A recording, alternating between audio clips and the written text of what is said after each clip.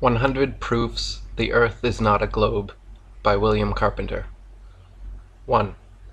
The aeronaut can see for himself that Earth is a plane.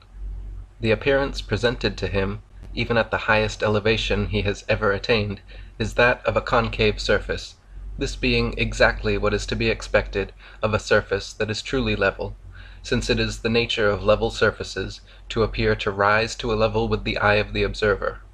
This is ocular demonstration and proof that Earth is not a globe. 2. Whenever experiments have been tried on the surface of standing water, this surface has always been found to be level.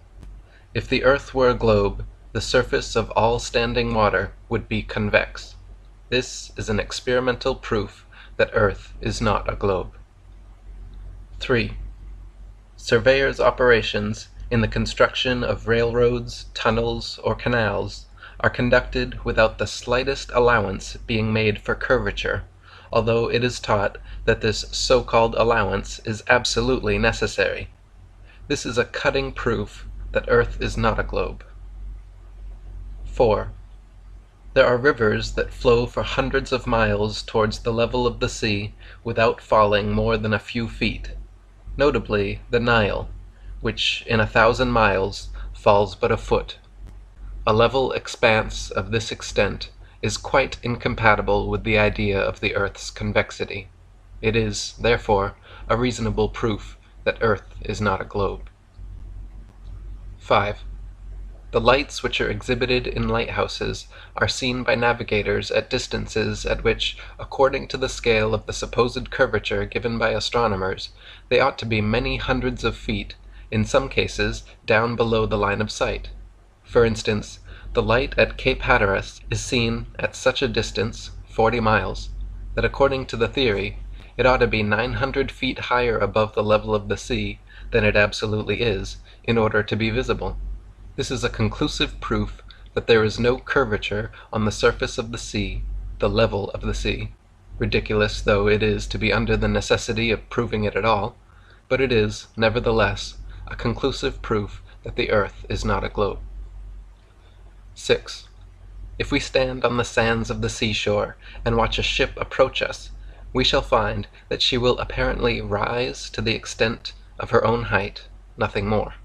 If we stand upon an eminence, the same law operates still, and it is but the law of perspective which causes objects as they approach us to appear to increase in size until we can see them, close to us, the size they are in fact. That there is no other rise than the one spoken of is plain from the fact that no matter how high we ascend above the level of the sea, the horizon rises on and still on as we rise, so that it is always on a level with the eye, though it be 200 miles away, as seen by Mr. J. Glaisher of England from Mr. Coxwell's balloon, so that a ship 5 miles away may be imagined to be coming up the imaginary downward curve of the Earth's surface, but if we merely ascend a hill, such as Federal Hill, Baltimore, we may see 25 miles away, on a level with the eye, that is, 20 miles level distance beyond the ship, that we vainly imagine to be rounding the curve and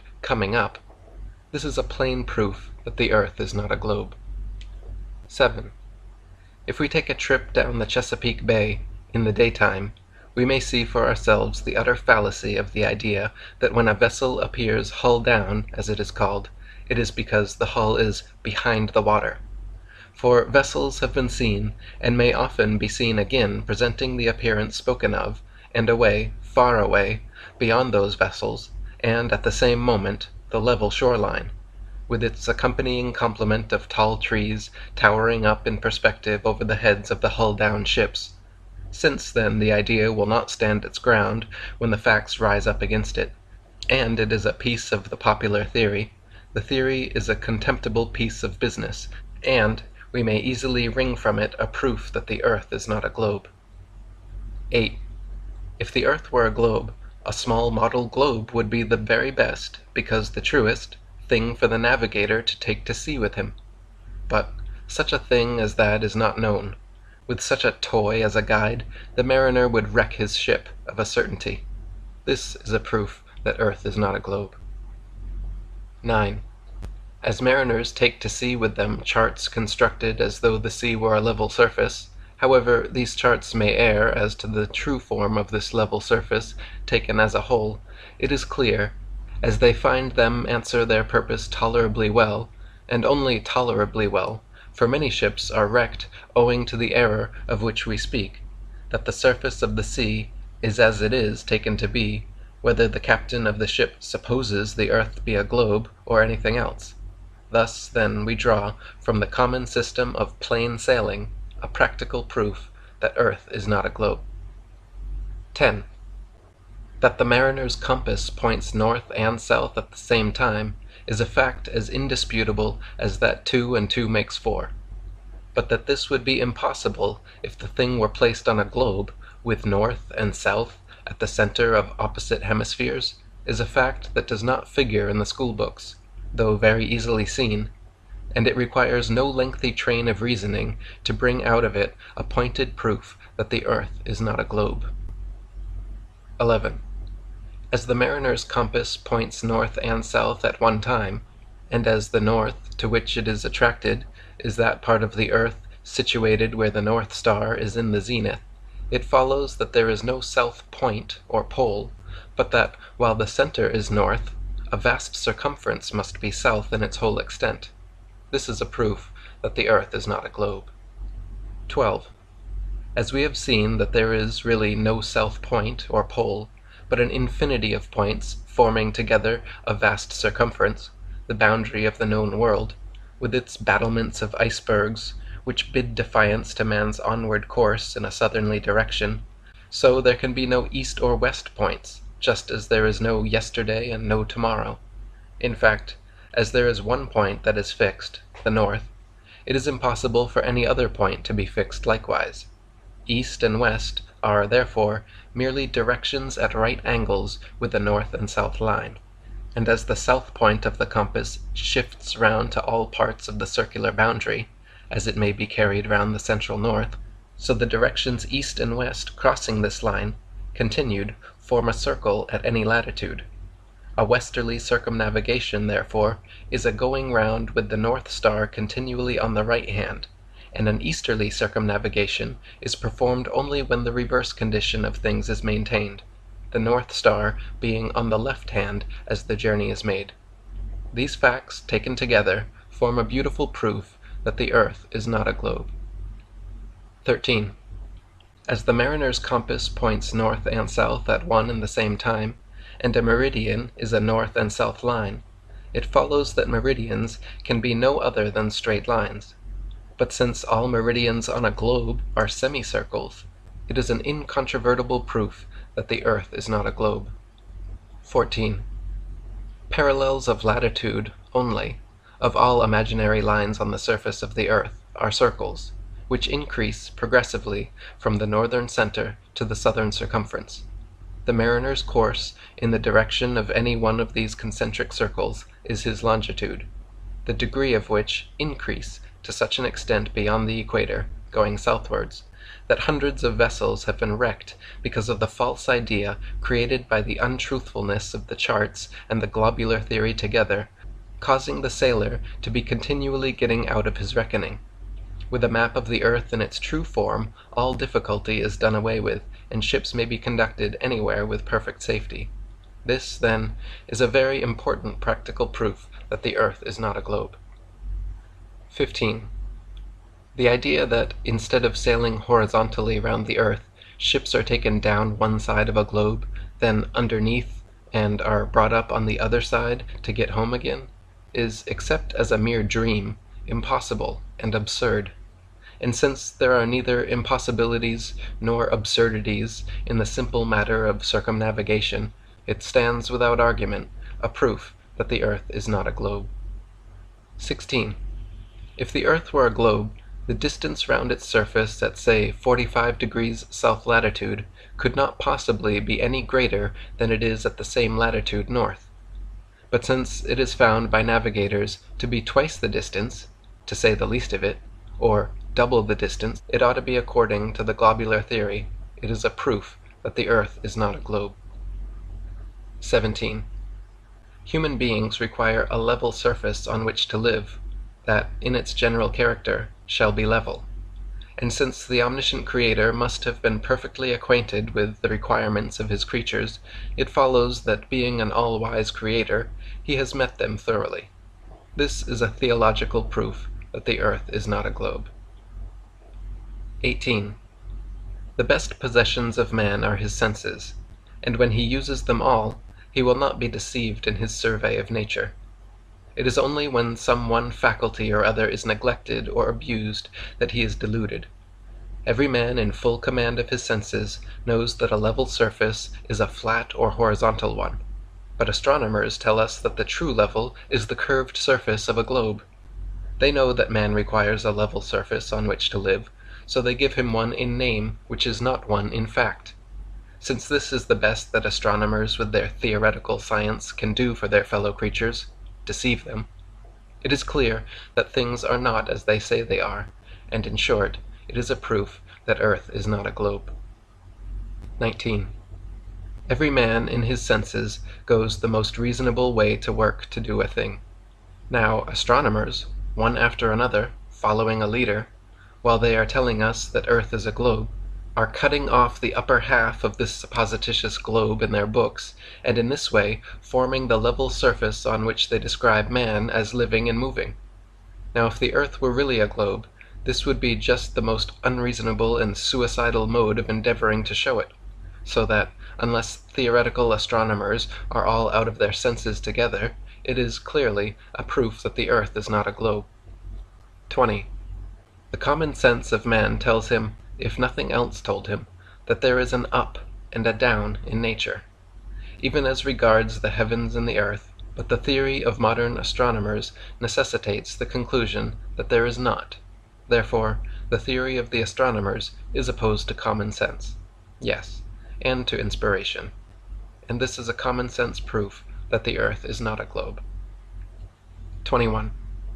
Man's experience tells him that he is not constructed like the flies that can live and move upon the ceiling of a room with as much safety as on the floor, and since the modern theory of a planetary earth necessitates a crowd of theories to keep company with it, and one of them is that men are really bound to the earth by a force which fastens them to it like needles round a spherical lodestone, a theory perfectly outrageous and opposed to all human experience, it follows that unless we can trample upon common sense and ignore the teachings of experience, we have an evident proof that the earth is not a globe. 22.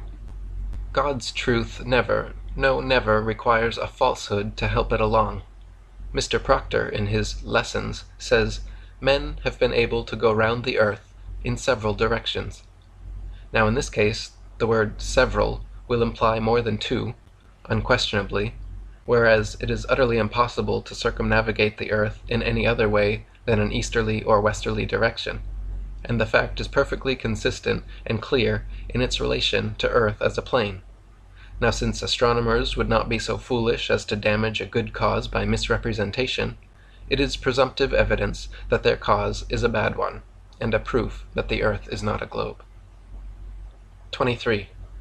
If astronomical works be searched through and through, there will not be found a single instance of a bold, unhesitating, or manly statement respecting a proof of the earth's rotundity. Proctor speaks of proofs which serve to show that the earth is not flat, and says that man finds reason to think that the earth is not flat, and speaks of certain matters being explained by supposing that the earth is a globe, and says that people have assured themselves that it is a globe. But he says also that there is a most complete proof that the earth is a globe, just as though anything in the world could possibly be wanted but a proof that proves and settles the whole question. This, however, all the money in the United States Treasury would not buy, and, unless the astronomers are all so rich that they don't want the cash, it is a sterling proof that the earth is not a globe. 24. When a man speaks of a most complete thing amongst several other things which claim to be what that thing is, it is evident that they must fall short of something which the most complete thing possesses.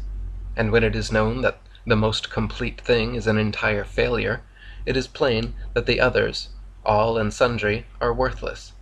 Proctor's most complete proof that the earth is a globe lies in what he calls the fact that distances from place to place agree with calculation. But since the distance round the earth at 45 degrees south of the equator is twice the distance it would be on a globe, it follows that what the greatest astronomer of the age calls a fact is not a fact, that his most complete proof is a most complete failure, and that he might as well have told us at once that he has no proof to give us at all. Now, since if the earth be a globe there would necessarily be piles of proofs of it all around us, it follows that when astronomers, with all of their ingenuity, are utterly unable to point one out, to say nothing about picking one up, that they give us a proof that Earth is not a globe. 25.